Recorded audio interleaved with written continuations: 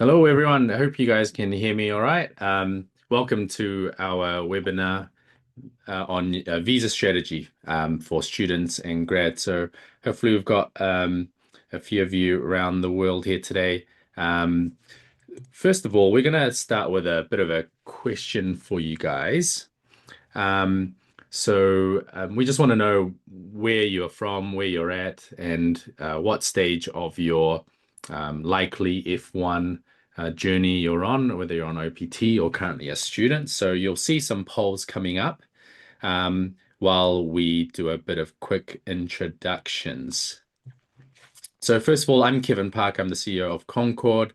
I've been a part of a lot of different organizations in the technology and startup space. Many of them I've had roles like Chief Revenue Officer and International Expansion Vice President and so forth that had to figure out how to fast track and understand visa landscapes in lots of different countries. And US was one that I was very heavily involved with. For example, previously in my role as vice president at Crimson Education, I was employee number 40 and led the team that scaled Crimson globally, including into the US, to 1,000 staff. So through that experience, I learned so much working with different immigration attorneys and different ways of going through visas and the different options that are available in a crunch time frame often.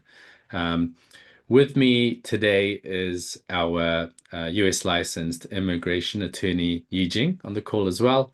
Welcome, Yijing. She's a superstar. Not only does she have a US JD from Washington University, but also a law degree from Shanghai University as well, which is really awesome and super hard to get into, actually. And she's supported over 500 plus cases and looks after a lot of our O1 and extraordinary abilities, talented visa clients. And she's gone through this process herself as well as a green card holder. Her partner and herself have gone through the visa process and is an EB1A holder. If you don't know what that EB1A is, some people call it the Einstein visa. It's like the bigger brother to the O1A visa that you may have heard of. Very cool to see some of the polling results come in. We've got a broad range of individuals on the call from finance, academia, tech, and other as well. So that's a really broad category. We'll try to cover relevant information for various fields today. As you can imagine, there's a lot of detail, so we won't be able to go through probably to the level of granularity that you would want to go into at some point, but we'll offer the opportunity to go into a lot more detail following this webinar as well. So on the agenda today, we're going to give you a quick update on all the latest H-1B news. There has been a lot of things happening over the last few weeks. So we'll do a little recap and give you the latest on that. Touch wood that it's good news for everyone on this call. Generally, it's been positive refinements over the last few weeks.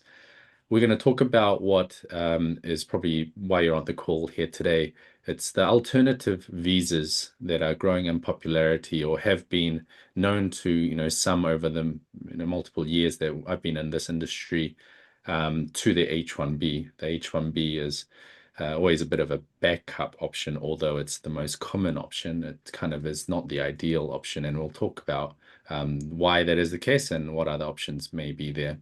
And something that we want to share is this idea of the stovetop strategy for students and recent grads.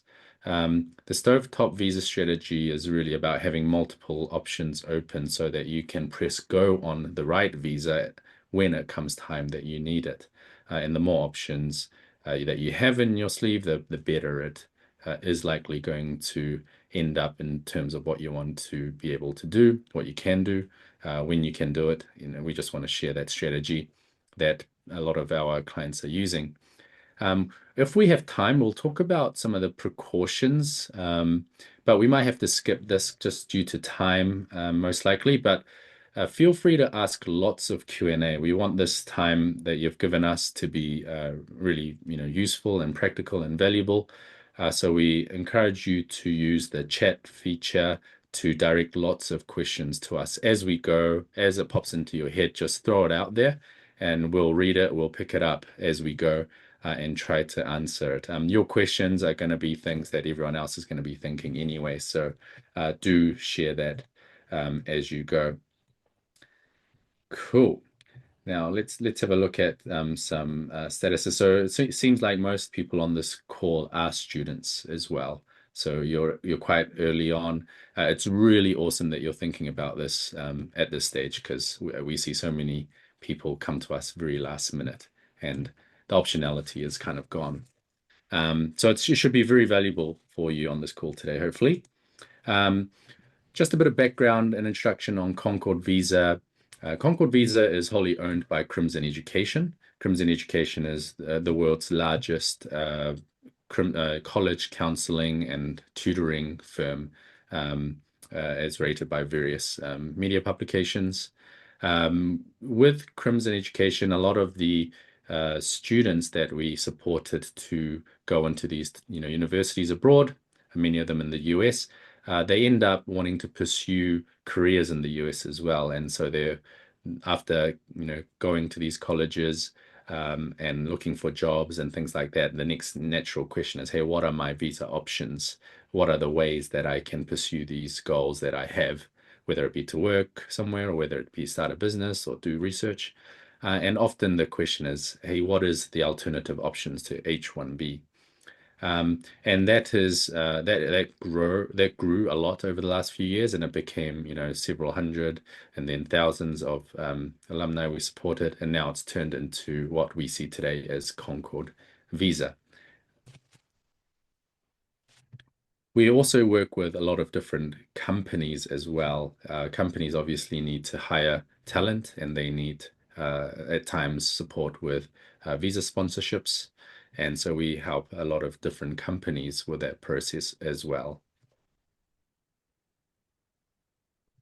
All right, let's get on to the first agenda of the day. So H-1B, quickly to recap, there was quite a shocking announcement that I'm sure every single one of you heard around campuses and talked to friends about, around the H-1B proclamation, and the proclamation requiring those who get the H-1B to pay $100,000 to be able to get it. The good news and the good update is, as we expected, it will not apply. That $100,000 payment will not apply for people who are already in the US doing a change of status to the H-1B once they get picked in the lottery. So for the majority of you on this call who are on F1 visas and are students, as long as you apply within the US, stay in the US, and do a change of status, you won't have to pay $100,000. And also importantly, once you get that status updated, you can leave and re-enter without having to pay the 100K fee. So in many ways, it's kind of what it used to be in many ways. You may still need to get the visa foil or visa stamp from your consulate to the interview and get that in your passport so you can go in and out freely, but you won't be asked to pay, show the proof of payment for the 100K. So quite a big reversal of what it potentially appeared like when it was first announced. So that's the good news.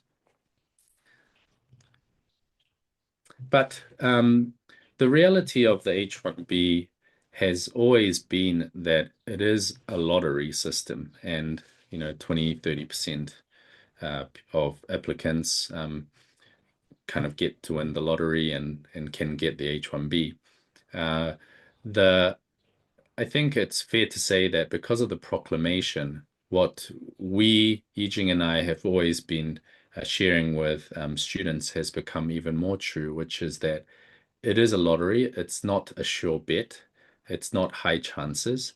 There are ways to try and mitigate those lower chances. And the common ones that were known used to be things like applying for several H-1B lotteries, maximizing it.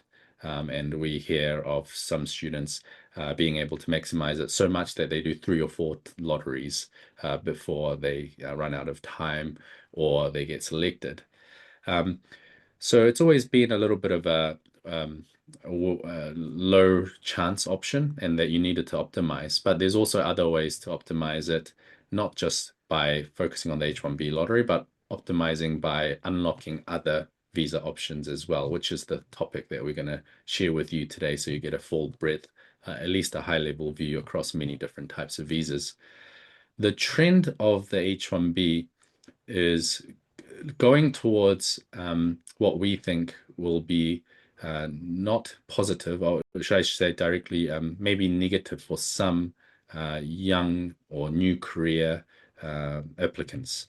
And the reason why we say that is that there is essentially something coming our way for the next lottery that says the weighting for the lottery, there will be a weighting for your chances based on your salary. So higher salary gets more weighting, essentially more entries into this lottery. So the odds for lower paid roles, often tied with relatively early career roles, may have less chances than to senior roles or higher paid roles in some industries. So that's something to really keep in mind.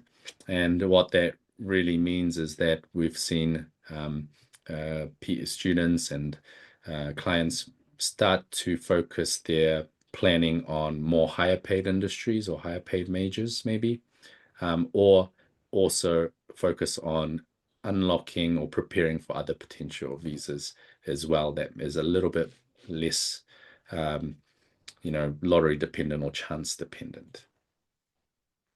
So let's go into some of the other visa types. But before we do, I just wanted to share you the first time probably you're hearing of this, the stovetop visa strategy. It's a stovetop because you have to have multiple things on the stovetop on the go. It's not just about one visa that you are over reliant on, or the one pathway to follow for everybody. And often it starts with the F1 student visa, and you've got the OPT and sometimes a STEM extension. And then people usually go to think that the H-1B is the only option. But there are alternative options that, essentially buy you more time, buy you, sometimes unlimited amount of time to do what you want to do. And these are the alternative options that we want to highlight today. And I guess, remind and share that H-1B is not the only option that you should be thinking about. Things like the E3 for Australians, the O1s, I think, is gaining a lot more popularity, and we're seeing increased numbers of applications and intra-company visas and so forth. So we'll cover all of these in a little bit more detail for you to be aware of, and why they might be something you could consider and why others consider it. So we're going to be talking about a class of visas called non-immigrant visas. These are the ones that don't give you a green card straight away. It's often the right, next stepping stone, the most likely visas that students and recent grads will try to unlock. H-1B is an example of a non-immigrant visa. But there are some that are perhaps more useful, more practical than others. But there are still some more niche ones that are very useful if used in the right way. And so we'll talk about those. We won't talk much about the immigrant visas, the green card visas, more commonly known, because that could be further away. And in the interest of time, we think that the non-immigrant visas are the ones that you'll be more interested in or more proximity to in the near future. So I'll bring in Yijing here to go through some of the visas in more detail. Over to you, Yijing. Okay. Hi, everyone. I'm Yijing, and I'm really happy to be here with you today to share some information on the H-1B alternative pathways that you could explore in the future. Let's start with the O1A. So O1A is, in my opinion, one of the most valuable and underutilized visas for talented grads. So what is O1A? Let's start with some basics. It's a temporary work visa, which means it is not a green card. But the good news is that it allows due intent. So you could pursue a green card while on O1A visa. And it is usually given for 3 years initial stay, and it can be renewed indefinitely. It does need a petitioner. So it is a question that gets asked a lot. So do I need an employer to apply for O1A? Short answer, yes. It can either be your employer, or there is an alternative route, which is called agent petition. But in that case scenario, the whole petition needs a lot more documentation, and it needs to be framed very carefully. But it actually gives you a lot of flexibility. But why do most people immediately think O1A isn't for me, isn't for them? I think maybe because of the official legal definition. It sounds really intense. It talks about sustained national or international acclaim, and even uses Nobel Prize winners as an example. So that's really the point where most students hear Nobel Prize and just figure, okay, that's definitely not me. But hang in there, because that definition is only one way to qualify. And here's really important number to keep in mind. Last year, around 10K O1 petitions were filed, and the approval rate was around 93%. So this isn't some impossible mystical visa. It's a achievable pass. So you just need to know about the other way to qualify, the one that absolutely doesn't require a Nobel Prize. So the O1A visa is quite powerful because it flips the script. So the H-1B is all about the job, the company, but the O1A is more about you and your profile. So this means there's no lottery, no cap, and you can file it at any time of the year. So give you more control of the timeline, not just a random selection process in March. And it could also be fast. With premium processing, you can get a decision from USCIS within 15 business days. And for like future founders in the audience, this visa is also critical because you can use the O1A for your own startup, even a brand new company. So this is a level of flexibility you simply don't get with other visas. Also, while not automatic, when you secure an O1A visa, you often have gathered a lot of evidence that can be leveraged for an EB1A green card petition. So EB1A is very highly sought after because it allows you to self-petition without an employer sponsor. So oftentimes when you successfully secure an O1A visa, it is a very crucial step in preparing the groundwork for a more stable future. So now let's talk about the alternative pathway we just mentioned. So if you are not a Nobel Prize winner, how could you qualify for the O1A?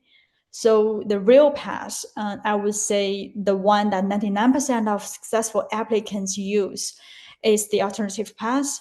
So the law says you don't need a single massive prize. Instead, you just have to prove that you meet 3 out of the 8 criteria solidly.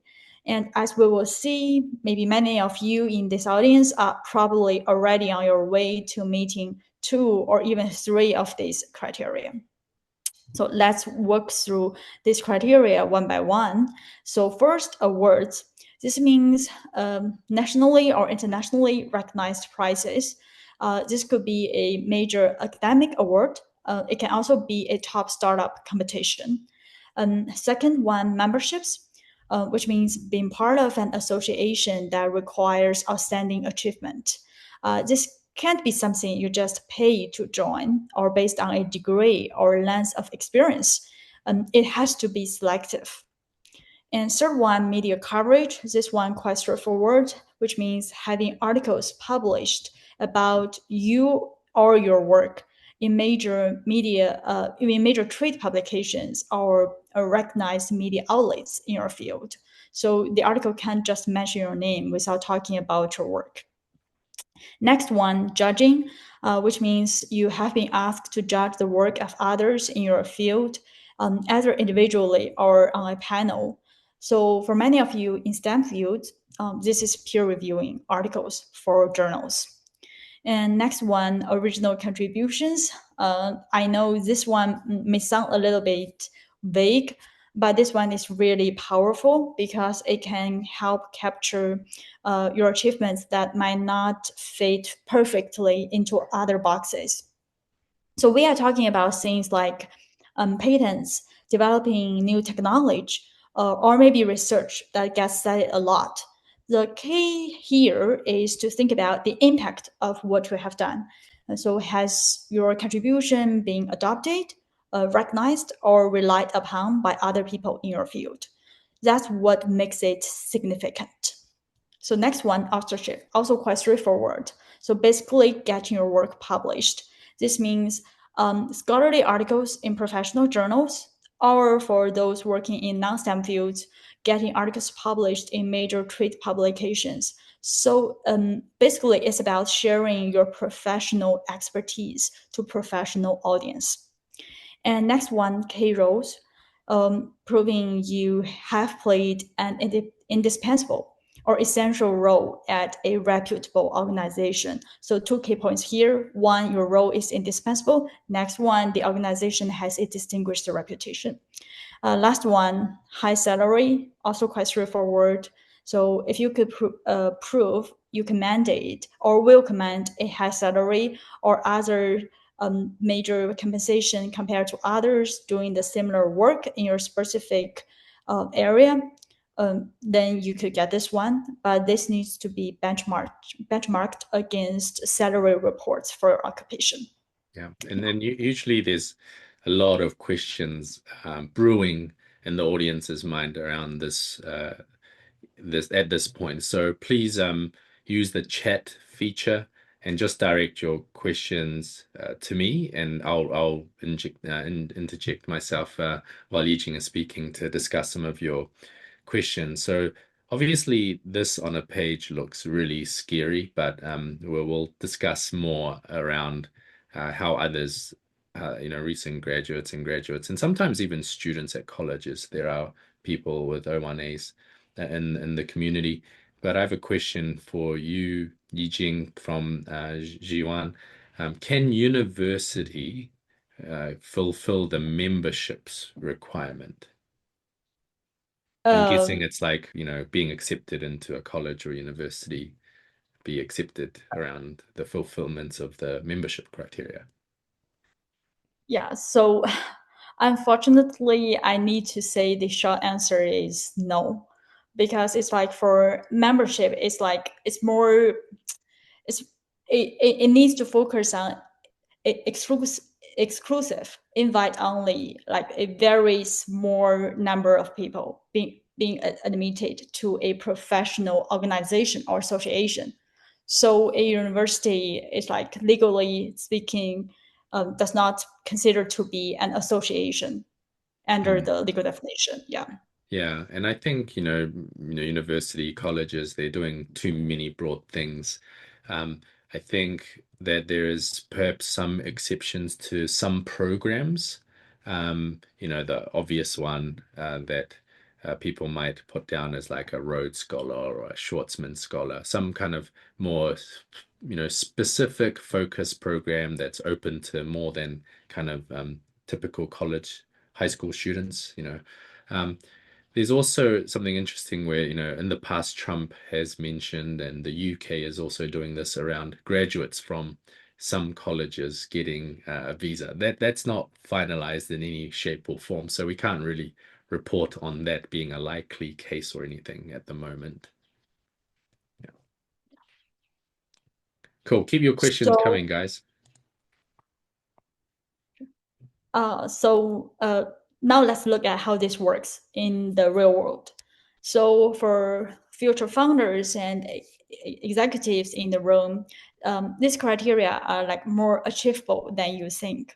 So first, let's take awards. This actually can be your acceptance into a top accelerator like YC, or being a finalist at a major startup competition like Startup Battlefield at TechCrunch Disrupt. And for membership criterion, qualifying organizations typically include invite-only groups such as the Sigma Square Society or Next Chapter. So we list these examples here because many of them are associations with membership primarily composed of or limited to young talents like you in the room right now. So media coverage is about major media writing about your success. Think TechCrunch or like regional media outlets like Australia Financial Review. And for judging, this is when you are the expert, maybe judging a hackathon, but not a college hackathon. It needs to be a real one, or a startup competition, or being on a panel at a VCNet. Authorship is, like I just mentioned, maybe you think it does not like readily apply to your field, like business field, but it's all about sharing your professional expertise in professional publications. So maybe an opinion piece in a recognized industry-specific magazine. And next one, original contributions. So think about it as have you developed a new technique or designed a business process that really changed things for your company or industry? So it's about demonstrating that your contribution really made a tangible difference. And next is the key role. So if you are a startup founder or early team member, this one is like quite easy to show because your role already like essential and indispensable to your organization. So you just need independent third-party validated evidence to show the reputation, the ongoing progress of the company. So Yeah. these are for people Yeah. for working in business And fields. and I see often a lot of O1A holders, even while still in college, having gone through this pathway, they raise, 150 to $300,000 in pre-seed investment from, Founders Inc. And Founders Inc. has a, membership program with, shared office spaces and talks and other benefits of being a member. Off the back of that, there's like media coverage that, this startup with these founders are doing really awesome stuff. And then, these founders are invited to, judge some hackathons in various places or contribute to different panel talks because what they're working on is interesting. They land a few clients. It sounds good, some good, early customers. And next thing within the next few months, their O1 has been approved with that evidence. So it's quite a, hopefully that gives it an idea of like the time frames, the how everything kind of leads to the next thing, and it's not too disjointed, and it kind of snowballs into a profile that might be ready for O1. And it's not just for founders; it's early team members as well, as Yijing said. So, don't mistake this to be just limited to founders. A lot of the, early work in engineering and product development is done by, say, the engineers. And so they contributed a lot to this, and they could be part of the key reasons why an investor invests as well. And that could be mentioned in a reference letter or something like that. Cool. Keep the questions coming, guys. Yeah. So next, let's talk about for those working as like scientists, research scientists, and engineers. So this path is like often even more straightforward. So let's start with the easiest one we just talked about, judging. So if you are a like PhD or a postdoc, you have almost certainly been asked to peer review articles for a journal or a conference. So that is judging the work of others. And that's one criterion right there. And second, authorship. So if you have published scholarly articles, it doesn't matter if you are the first author or the fifth author. As long as your name is on peer-reviewed papers, that counts. And third, maybe let's talk about contributions one. So this is about the impact of your research. So do you have a high citation count? Do you have or can you secure testimonials from like more senior figures in your field, attesting to how your work has advanced the knowledge base of the field? And for engineers, maybe do have a GitHub repository with strong adoption. That's all evidence of your contribution, the impact of your contribution. And another popular criterion for people working in science field may be awards. So for students, this could be a best student paper award at a conference or like a young investigator grant. So these are, we just have talked about like more popular ways like people working in science field use to satisfy a 1A. So now this brings us to the most critical factor for a successful O1A case. So it's not just what you have done, it's how you present it. So the legal definitions for these criteria are vague on purpose. For example, what does high salary actually mean? Does that include your stock options, your bonus, or just base salary? How do you prove an award is nationally recognized? We can't just submit the award certificate. We have to submit evidence of like selection process, number of applicants, and its prestige, and what counts as original contribution.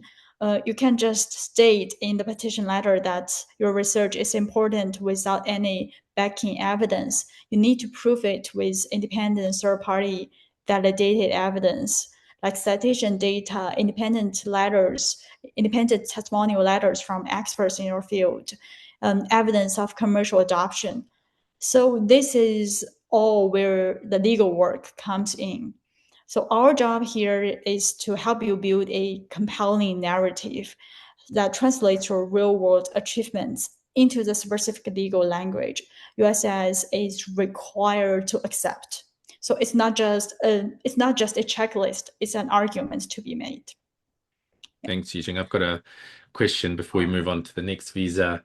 Alessandra asks, if you're invited to join a selective membership but rejected the invitation, does that still count?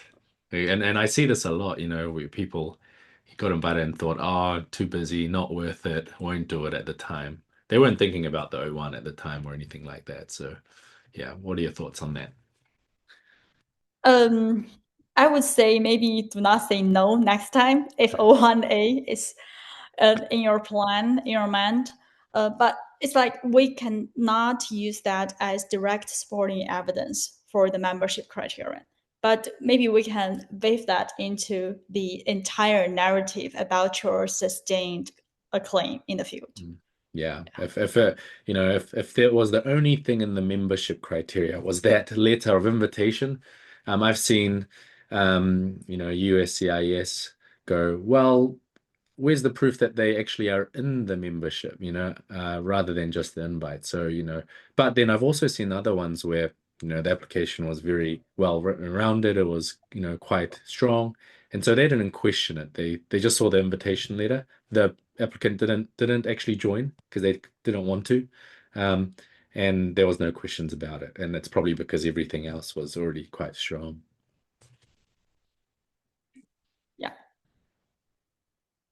Yeah, so now the O1A is a fantastic option that's based on your personal profile like we just talked about, but there's another way to get an H-1B that bypasses the lottery, and it's one that many students, especially those working in research fields, overlook. This is the H-1B cap-exempt. So what is a H-1B cap-exempt? So it's a special category of H-1B for jobs at very specific types of organizations. So the list of organizations include universities, colleges, nonprofit organizations that are affiliated with institutions of higher education, nonprofit research organizations, and government research labs. So for this type of H-1B, it means first, no lottery. So if you get a job and you are qualified for the specialty occupation, you get a visa. And second, your employer can file it for you at any time of the year. They don't have to wait for the March lottery, and they don't have to wait for the October 1st start date. So let's just say a university can hire you in May, file your petition, and you can start working as soon as it's approved. So this is a stable pathway if your career is in academia, science, or research. So why go this route? So as the slide says, is an easy, predictable bridge from OPT or STEM OPT. So if you're a researcher, this may be your best bet. You skip the lottery and you can fail a year round, so there's no stress. And also, it's a great way to buy time for the stovetop strategy we just talked about. So while you are working at such cap-exempt organizations, you are likely publishing, presenting, and peer reviewing. So all of this builds your O1A profile. So, and another great point about H1B exempt is that you can even hold a cap exempt H1B concurrently with a cap subject industry job. But that is like subject to approval and permission from both your employers. Yeah. And there's also like time limit, whether you can work like a full-time job and part-time job. So still a lot of considerations when you file, but that is a like great point. And so next, let's talk about L1 visa. So this is the one called intercompany transfer visa. I would say this is your best friend if you work for a multinational company or any company with offices both abroad and in the United States. This is a non-immigrant visa that lets these companies move key employees to US office. So how does the L1 visa work? The most important rule about L1 visa, and this one is very firm, is that you must have worked for the company outside the United States for at least one continuous year within the last 3 years before transferring. So the key here is continuous. You can't just like work 3 months in year one, work 2 months year two, and 8 months year three. You cannot like just simply add them together. It needs to be one continuous year. And the L1 visa has two categories: L1A for managers and executives, and L1B for employees with specialized knowledge. So a key distinction between these two types is duration and long-term potential. So the L1A, they allows for a total stay of up to 7 years, and L1A offers a direct path to EB1C green card. And this path avoids the lengthy and painful perm labor certification process in the EB2 and EB3 categories. And the L1B is granted for up to 5 years. However, it's important to know that if you start on L1B, which is like the common scenario for a lot of new grads, and are later promoted into a managerial role, you can transition to an L1A, and the switch would make you eligible for the total 7 year and open up the faster green card pathway. So why L1A, L1B? So how do you use this? So this is also a great example of the stovetop strategy. So when you can, when you are searching for jobs, you can either like join a global company in your home country first, and with the intention of transferring after 1 year, or if you are on OPT or STEM OPT at a US company right now, you could ask to take an international rotation for a year to become L1 eligible. So it's a predictable, lottery-free alternative to the H-1B. And it's also, I think it's great for like future managers looking for the fast track green card pathway. But I also want to note here that a natural limitation of the L1 visa is that your work authorization is tied to your sponsoring company. I would say it's a powerful motivator to proactively build your personal credentials while you are on L1 visa. So maybe paving the way for a future transition to a more flexible visa like O1A when it's like when there's a need, yeah, to secure Yeah. to like search for new opportunities.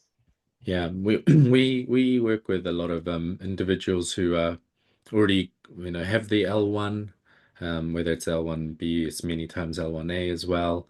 Um, and they say what I hear a lot with, even H-1B holders is that they feel stuck by, having to work for one company.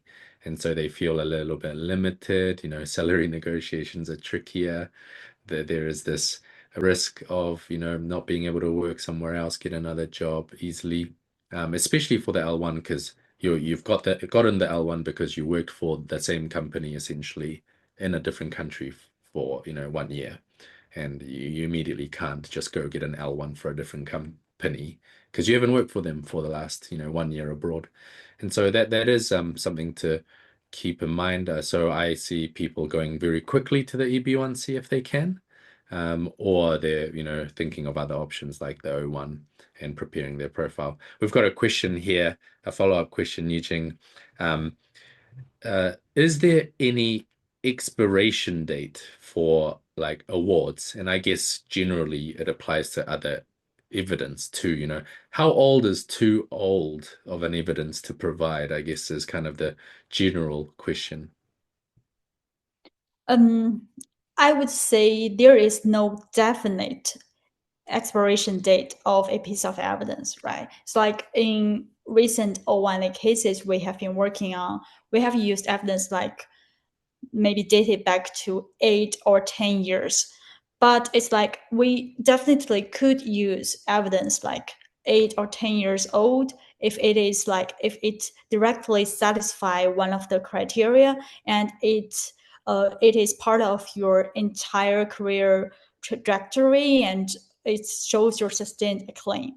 But also, USS need to see current evidence, more recent evidence, like evidence in the past 3 years. Yeah. Yeah. So the key is sustained acclaim. Yeah. And I think there's been kind of recent wording updates, especially for entrepreneurs that if the evidence is more recent, it's not like sustained over multiple years, that's still okay. There's a little bit, it's accepted that, startups kind of go real fast, real quickly. And so more recent stuff is okay. I guess for L1 evidence, how does that look like in terms of time frame if you're going on an L1A or L1B? What length of evidence, what kind of evidence time period makes sense to apply? So it's like for L1, the one continuous year is like it's actually calculated either like by the last 3 years. It's actually calculated at the time you enter the United States. So or filing the petition. So it's like it's two different kinds of calculations. So if you're already in the United States, the calculation point is the latest date of entry. And if you are abroad and you are filing the application for consular processing, it's the date of your filing. Yeah. Yeah. So it's the, yeah, you have to work for from those dates back. That makes sense. Yeah. Awesome. So next one is for our Australian attendees. So if you're an Australian national, you have a massive advantage. It's called the E3 visa. So what is an E3 visa? E3 is basically H-1B without the lottery. It's a specialty occupation visa, meaning it requires a job offer that typically requires a bachelor's degree, just like H-1B. And it's given in 2-year increments but can be renewed indefinitely, unlike H-1B.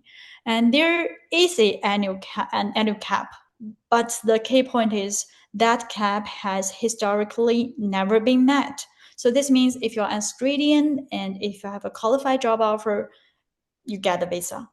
And another good news is your spouse can also get work authorization, which is another huge plus for dual career households. And This yeah, is a so good time to make a joke that, Australians are also attractive for marriage partners in terms of visas. That's a joke, people. Don't go marrying Australians just because of this. now let's look at the E2 visa. I would say a fantastic option for founders and also key team members. Uh, so the one key requirement is that you need to be a citizen of the treaty country, like Canada, UK, Australia, or New Zealand. So a quick heads up, this list doesn't currently include India or China. So a quick check on the State Department's website will tell you if your country qualifies. So what is the E2 about? In a nutshell, it's for two types of people. First, it is for the entrepreneur who is ready to roll up their sleeves and make a substantial investment in a real and operating US business. So a business they will actively develop and direct if granted the visa. And second, it's for the absolutely essential employee, the one with specialized knowledge that is so critical that the business cannot succeed without them. So I always get the same question regarding E2. What does substantial investment actually mean? Mm, And the truth is, there's no magic number.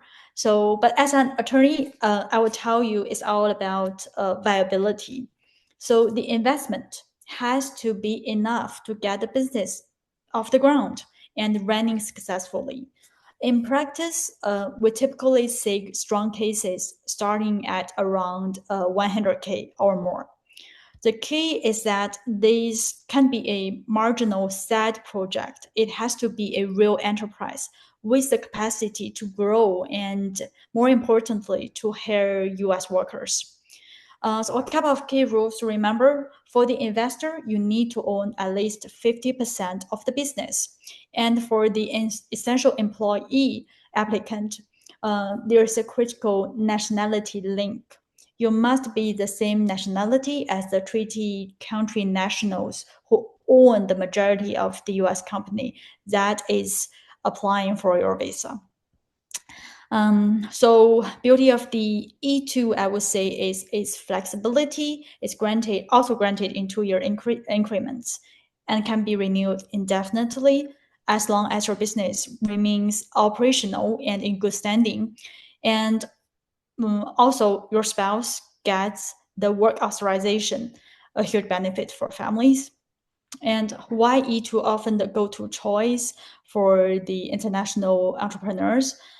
Because with an approval rate of around like 90%, it is remarkably applicant friendly, and it's a direct lottery free pass, and it scales with you as your company grows, and it also lets you bring key team members from back home as E2 employees. So allow you to build the core trusted team from the ground up.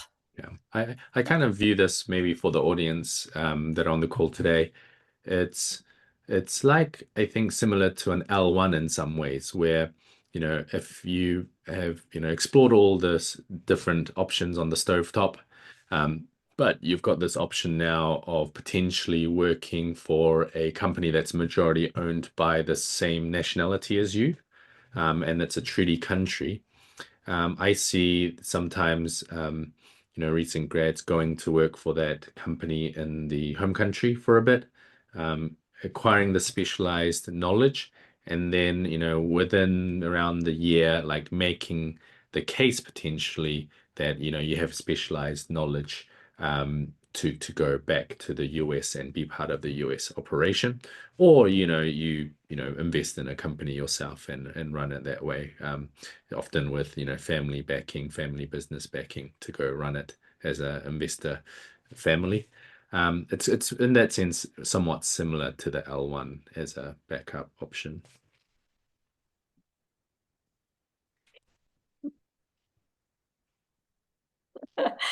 Finally, let's address the Gold Card program you've seen in the news and also on this slide. So this is the program that was announced by the Trump administration in September. And first, it is critical to understand that this is not the EB-5 investor green card you may have heard of before. The Gold Card is a like brand new high fee fast track visa. It's built around a significant fee that starts at $1 million. And this isn't a profile based visa like the O1A or a typical investment visa like the E2 we just talked about. It's a high cost pathway for a very specific class of high net worth individuals. We're including here so you're aware of it, but it's very different from the other more accessible pathways we have focused on today. And also, we're still waiting for more guidance from the immigration authority on the application process of this specific pathway. Yeah. Yeah, it's early days, So, but we get asked a lot of yeah. questions, so we'll keep you guys updated if that is of interest. So All right. now back to you, Kevin. Hey, thanks, Yijing. So, I'm gonna try to, try to connect all those visas up. So hopefully this graph and chart makes a little bit more sense. And again, it's called the stovetop strategy, where you're keeping a lot of the options alive, and a lot of different pathways alive. Often we hear that from clients and students, they usually have somewhat of an idea of what they want to do. Um, let's say, they are in finance or consulting pathway, so they're going to join a hopefully a multinational corporation in that industry then, right? Because if we help them find the right companies or qualify them with them, it may open up L1 opportunities. Obviously, the H-1B might also be more relevant because the salaries in those industries are better, in some companies. So we might help them to benchmark the salaries a bit better as well. Also, in those environments, you can work on building your O1A profile in parallel to keep the other options open as well. So you have like L1, H1B, and O1A if you're going into kind of the consulting, finance, multinational corporation, tech company kind of pathway. And I'm sure if you speak to some of your previous cohorts in your schools and your colleges, there are some people in London, maybe some people in Singapore, or Dublin in Ireland. They're probably on the L1 track at the moment. And it's their hope that they do get sent back to the US on the L1. But again, it's not 100% reliable. It depends on external factors of the company wanting to, get you on the L1. So in parallel, you have the O1A track that is open. And maybe, the company might also consider you lodging you for the H-1B as well if you're on a high paying salary. We also hear a lot that, hey, maybe I should do a startup, maybe, just maybe. And we like, and not, even if you don't actually do a startup, the motions of creating a startup or doing the activities that typically lead to a startup is quite advantageous anyway, whether it's being part of hackathons, meeting new people, competing in pitch competitions and so forth.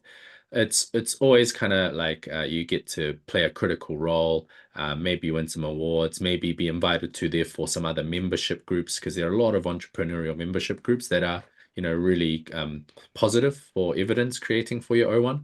So even if you don't do a startup, it still might be very helpful for the O1A. Obviously, if you do a startup, it compounds, and you'll be able to generate more evidence if you raise funding and so forth. It keeps adding more evidence. You also are likely to do a startup in probably one of the high growth industries, or using more fast developing technologies like AI, or robotics or whatever like that.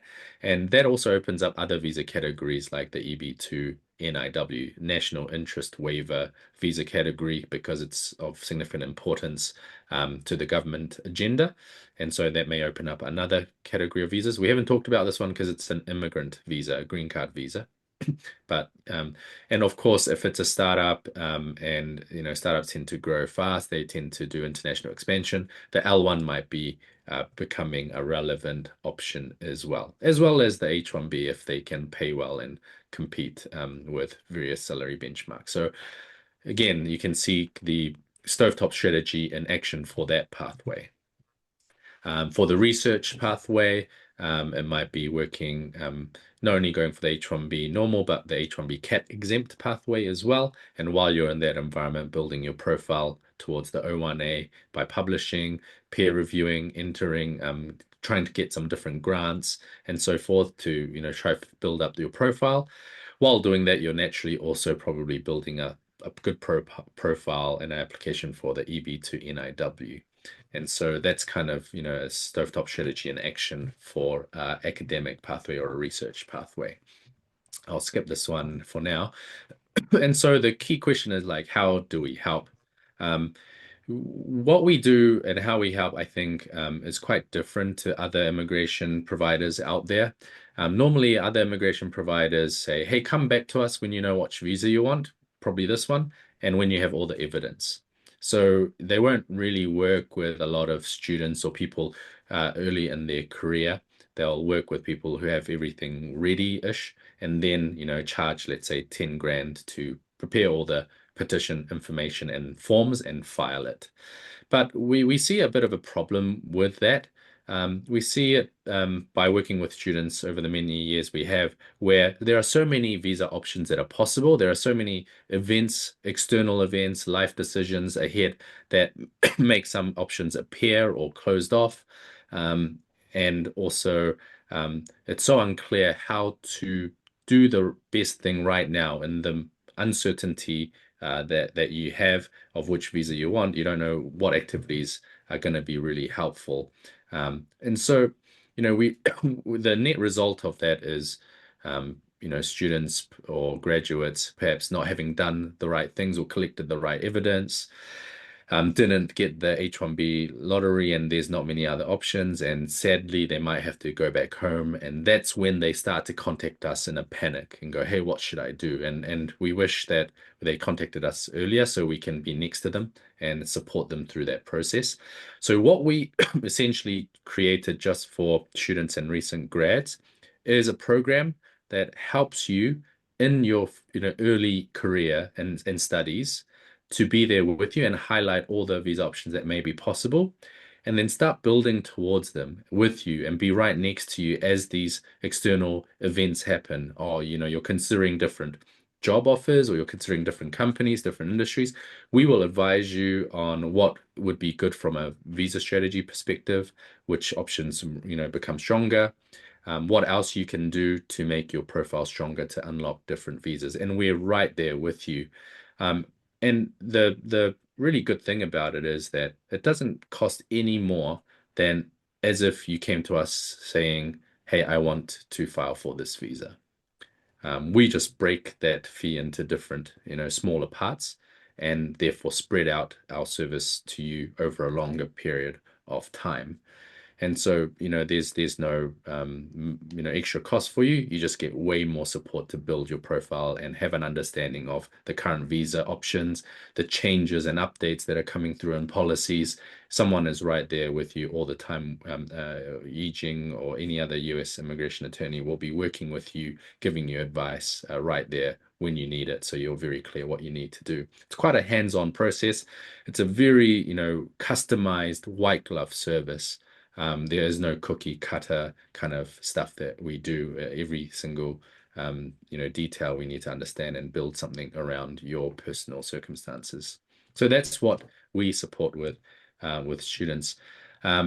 There's all the other stuff that happens afterwards, like how do we file? Do we file it inside the US? Do we file it at the consulate? What time? When do we file? How ready are we?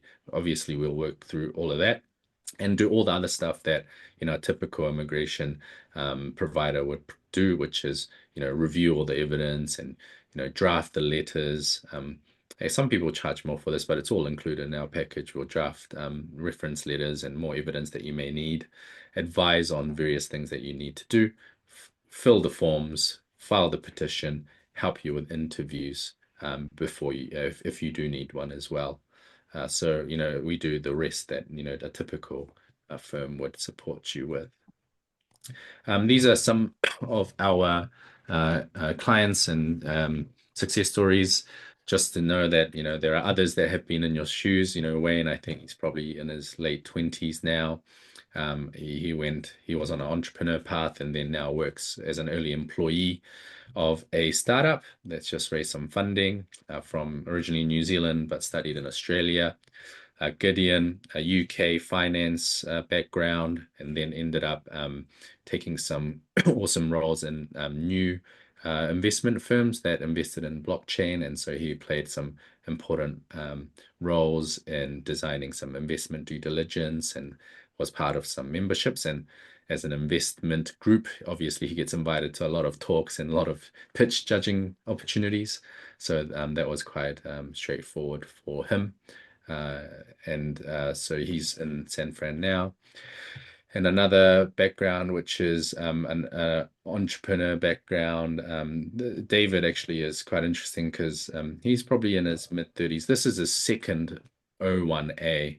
And I just put it in there. His background obviously looks awesome. And he's now an A16 Andreessen Horowitz partner, but he's built this over several years of time to get to this profile. And you can port your O1A from company to company like David has. His previous O1 was with another company. He's used essentially the same experience because he's going to be doing somewhat of a similar job or task in the other company. So he was able to reapply for the O1 and attach it to a different company and go to the US. So that's one of the benefits of the O1, unlike the L1 visa as well. So we're very happy to go into like very granular detail with anyone who's interested in any of their visa situation. So all you need to do is just give me a chat or give us a shout, and we're happy to spend 30 minutes just learning about you and sharing what are some of the more details that you should consider for your situation, what activities might be suitable for you, and how we may be able to support you.